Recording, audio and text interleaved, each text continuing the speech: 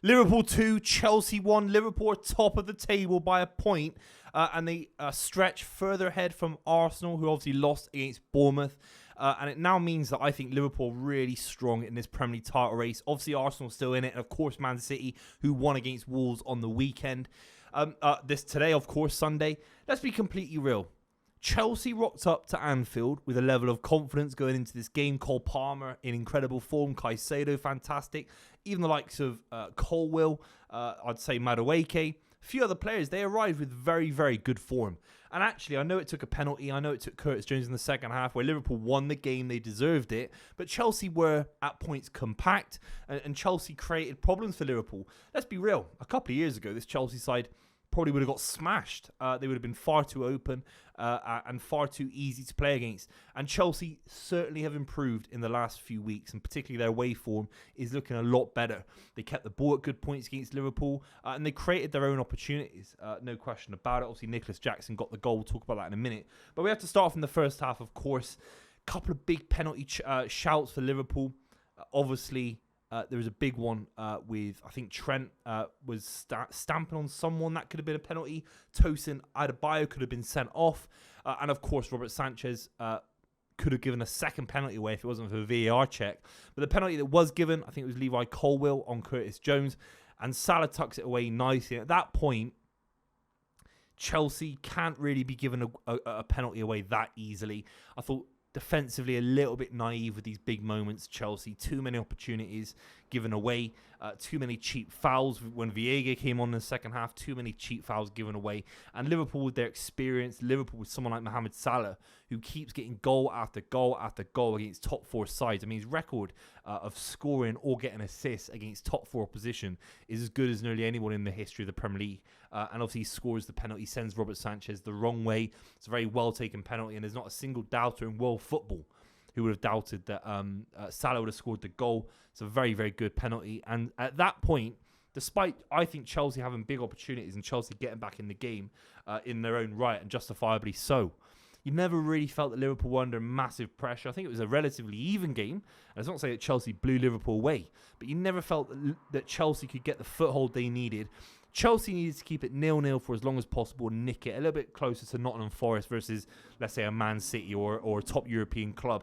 They still have a level of naivety, a level of youth. I think it's a little bit of inexperience in the Chelsea back line today. The big one for Chelsea would be obviously Reece James coming back, which is a massive sign of confidence for Enzo Maresca. Playing it right back, he did a decent job. There's a couple of moments where he turns a player inside and out and kind of gets away from pressure from the Liverpool attacker. So Reece James' quality never in doubt, and he was fantastic for 55 minutes. Nicholas Jackson, the 48th minute, gets a very, very big winner. Obviously, it's the start of the second half.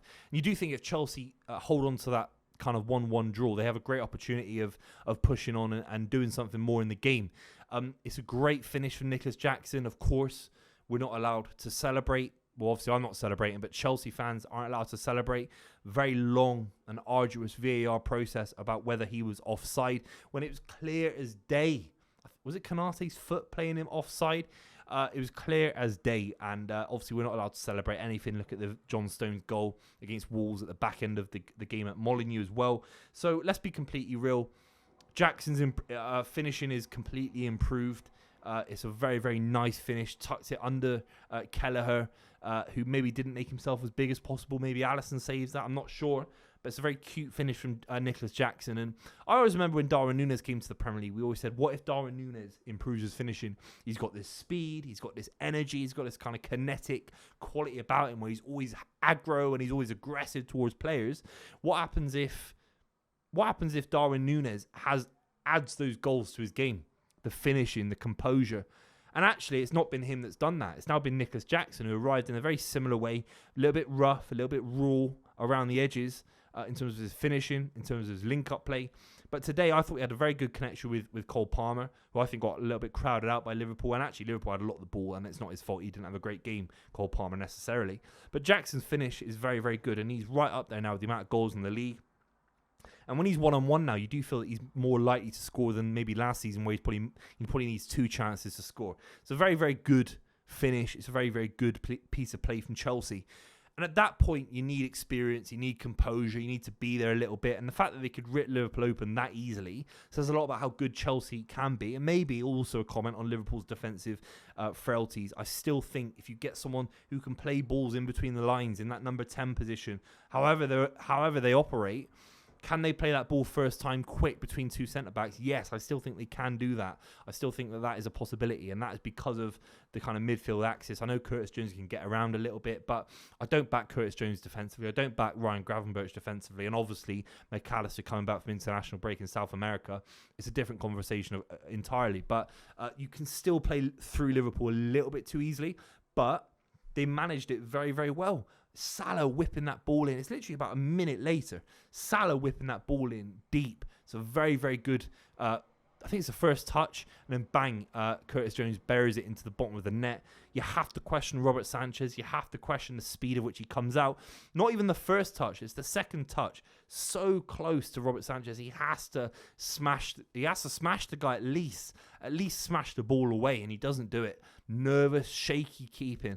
And you do feel, if Chelsea had a world-class goalkeeper, let's just say Alisson, imagine Chelsea with Alisson, they would have won the game, or at least drawn the game. With a world-class centre-back, Tosin, who looks a little bit frosty in the game as well, then Chelsea would be a lot quicker and closer to being where they want to be, where the ownership want them to be with the money that they've spent. They still need a goalkeeper, which is criminal. It is criminal, but they are getting there. They really are getting there. It's a great take from Curtis Jones. It's a great finish. He's not been starting loads of games in the Premier League. McAllister and Gravenberch kind of preferred over him with Szoboszlai in the number 10. Thought Szoboszlai was great in the game. I thought Salah was just on a different planet. And if you don't have Diaz, who I think has been in maybe better form than Salah in the last couple of months, Salah everything goes through Salah, the creativity, the energy, and he's still at such a high level. It's all well and good.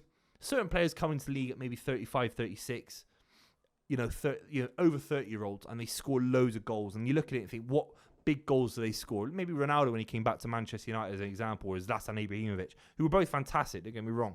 But what I mean by this is Salah's still getting goals against the big six. Salah's still getting big goals in competitive situations where if you beat Chelsea, you push them back down to being a top 4 contender and stop for at least a week, at least for some part of the conversation, Chelsea being a title contender.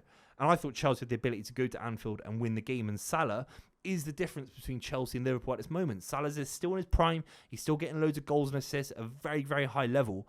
And Chelsea do not have those players, whether it's Madueke, Sancho, Neto, João Felix look very frustrated to be on the bench. Cole Palmer is still a young player. They've got so many players to rotate. Enzo Fernandez came on today. Lavia, who has barely played a minute for Chelsea. He was decent, don't get me wrong. But what I'm saying is Chelsea have got a lot of range of players, a wide array of players, but you never really quite know who to hang your hat on. And is Madueke going to have a good game today? Is Neto? Neto had a great game. But with Liverpool, there's this reliance on Salah. We can debate the long-term ability of that to, how long can that go on at Liverpool? We can debate that. But right now, you can hang your hat on Salah. Chelsea, I don't know if you can hang your hat on anyone. Jackson's getting closer to regular form. Cole Palmer's been great for 18 months. But Salah's talking about, we're talking about Premier League greatness. We're talking about Premier League history. And he's, arguably in his position, the best in the history of the league. And Liverpool's still got that. And Arne Slot's still got that. Despite his kind of early 30s years and maybe his prime years looking like it's behind him, you could argue they aren't. Big win for Liverpool. Top of the table, pushing away from Arsenal. City at points. City looked great today against Wolves. City looked great. The amount of possession that City had, the amount of chances. But you can definitely get the City back line. And Liverpool will be looking, when Liverpool plays City, to be exposing City defensively. City haven't kept as many clean sheets as Guardiola would like, as being the perfectionist he is. And Liverpool have to take this Premier League title race seriously. We're in the middle to late period of October. This is a serious title running.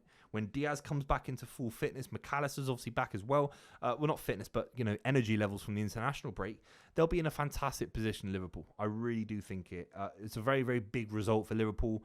Balanced game at points, but in the final 10 minutes, you felt that Liverpool just took it away from Chelsea with measured possession, not being reckless, and just putting pressure on Chelsea and keeping the ball away from Liverpool's net. Very, very big win. Let me know what you think in the comments down below. If you've watched this far, make sure you subscribe. We'd really appreciate it. I'll see you very, very soon.